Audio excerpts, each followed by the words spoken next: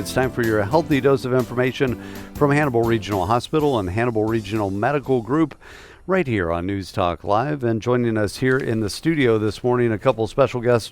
We've got Diane Bibb, who's a clinical education specialist and lactation consultant there for Hannibal Regional Hospital. Good morning. Hi, Diane. Good morning. And also Rhiannon Terrell. She is a breastfeeding peer counselor that also helps out at the hospital as well. Good morning. Good morning. It's good to have the two of you here in the studio. What we're talking about this morning is breastfeeding, not only about the benefits of it, but also being able to do it at work as moms return to work, and also as you help moms in the process of being able to learn how to breastfeed comfortably and to be able to do it successfully, right? Because that's a challenge right from the start, isn't it? Yes. A lot of times I say we see pictures of moms with their hair blowing in the wind like hippies nursing their baby. And it definitely gets to that point in time, but it's hard at first. I tell moms the first few weeks is breastfeeding boot camp. And it's a lot of work the first couple of weeks. And I kind of like to prepare moms for that so they're not shocked by it as new mothers. Yeah. You know, between my wife and I, we have 6 kids, all breastfed. And then also she is a nurse in OB as well and works with, just like you do too. And it's really something that when you work with moms, even if they've had a child before, maybe it's not going so well with this new baby and they're trying to work through that process. It can be a very difficult process at the start, but once you get them going and get them in your breastfeeding group and that, it really can be a successful thing from that point, right? Right. Every baby is different, and sometimes even when moms have had previous babies, they struggle with the new baby. The previous baby already had figured out how to breastfeed, mom knew what to do, and then you think you've got it all figured out, have the next baby. Sometimes it does cause issues just because there's differences with each child. We do offer a breastfeeding support group that's called Honeysuckle Cafe that meets every Monday at 5 p.m. To help support our working moms, and every Wednesday morning at 10 a.m. At Hannibal Regional Hospital. The group is open to all moms, all breastfeeding moms. They're welcome to bring their toddlers. No need to sign up, no need to register. Just show up. We've always got snacks and some topics, some discussion about whatever's going on in these new moms' lives with their babies, are there to answer questions. Our breastfeeding peer counselors are always there to be our breastfeeding cheerleaders and help the moms out. And then we also have lactation consultants available to help them with specific problems that they may be encountering. That's great. We really like to encourage the moms to come because we used to be called support group, and it kind of sounded like we were addicts or you had to have a problem, and that's why we switched to Honeysuckle Cafe, because you just learn from one another. It's a nice community. You don't have to be having an issue to come in. Breastfeeding is a journey and an adventure. It's not just like one thing and then, okay, we're 3 weeks in and we're doing great and we've got it mastered. Your journey kind of changes from beginning issues with latch all the way to when you're ready to wean the baby. So it's kind of nice to have that community and support. I have 5 boys myself, but I've learned so much from the other moms at support group at Honeysuckle Cafe that it's just really kind of a nice community for moms. With the 5 boys that you have, were you surprised at how some of them breastfed just fine and others may have been more of a challenge, or when the next one would come along, that the one would just decide at that time, the previous one, well, I'm done? Yeah, that's definitely how it works. And with my 4th son, he was a runt and got clear down to 5 pounds. Really? And he just did not want to nurse well and didn't want to grow and wanted to prove that I did not know what I was doing about everything with breastfeeding, even though I'd successfully already breastfed for about 4 years combined at that point in time. And that's how I came to meet Diane.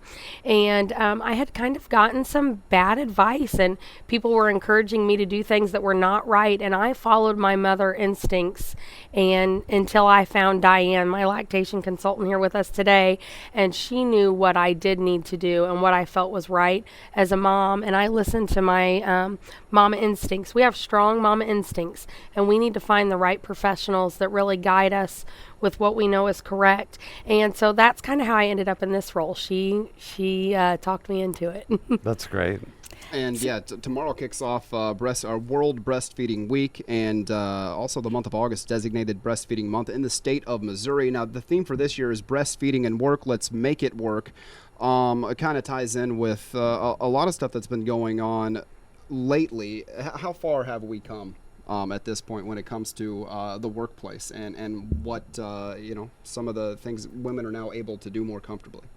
We've made a lot of strides to improve everything going on for those working moms.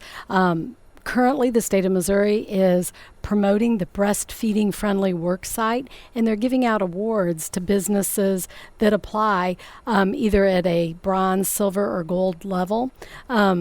It's not something, going back to work has been a significant problem for moms for the last 50, 75 years. If they're breastfeeding, they think they can't combine both. And it is actually very easy to combine both. Becoming a worksite friendly place for breastfeeding moms is actually quite easy. It doesn't require a lot of finances. All that business needs to do is provide a private place for a mom to be able to express her milk that is not a bathroom, some type of flexible work schedule to allow her the breaks for expressing milk, and supportive supervisors and staff. There's actually a federal law now that's been in place since 2010 saying that employers have to provide these things for moms. But a lot of employers are not aware of them, and a lot of moms are not aware of them. And so when these mothers do get ready to go back to work, they feel like they're not going to be able to breastfeed and combine work. So the state of Missouri is really promoting this breastfeeding friendly worksite award. And we're on Monday, Hannibal Regional Hospital is having a celebration for all of our breastfeeding moms in the area at 10 a.m. We're providing brunch and goodies. We're also going to be giving awards at 10:30 in the morning through the Missouri Department of Health, awarding area businesses breastfeeding friendly site awards. The Missouri Department of Health has also started issuing $500 mini grants to help businesses provide the space that they need for breastfeeding moms. And that's it's actually the fourth time they've issued the grant. It was just issued again last week. And we have information available. If any businesses are interested, they can call me at 573-406-2122, or they can call Rhiannon. My number is 573-719-7690, and we have a second peer counselor also. Her name is Leanne, and her warm line number is 573-406-3093. So you encourage mothers, with the information that you have for businesses, you also want to get that information to the new moms and encourage them to talk to their employers about working this out and working with them through this process, right? Yes, and it's best if they talk about it beforehand. They want to go back to work, and a lot of moms are timid to talk to their boss about saying, is it all right that I take these breaks, and where can I? So it's really important that as a boss that you be very warm and understanding and working with the mom through that time. Transitioning back to work is very hard for mamas to leave that baby. And so when they have a supportive boss, it really helps that transition for them. Yeah, I know here at WGEM we've got a special room just for that new moms are able to add that to their work day and be able to have that nursing time. It's crazy that people will go out and taking a smoking break is seen as so acceptable, but these are the things we should be taking breaks for, is to be able to allow moms to be able to do this and keep the breastfeeding going while they return to the work process, right? Mm-hmm. Right. That's right. One thing we really encourage our working moms to do is to go ahead and start pumping and stockpiling their freezer from go. As soon as they get home from the hospital with that baby, they can start doing that. You never meet a mom that goes, oh, darn, I have too much breast milk in the freezer. Right. I don't know why I pumped this. No matter what the situation is, every mother wishes they had more. Yeah. Second and third time moms, one of their number one goals is to have more milk stockpiled in the freezer before returning to work. So that's one of the best things they can do. Many insurance companies now are providing them with breast pumps. They can also get breast pumps at the WIC office at their counties.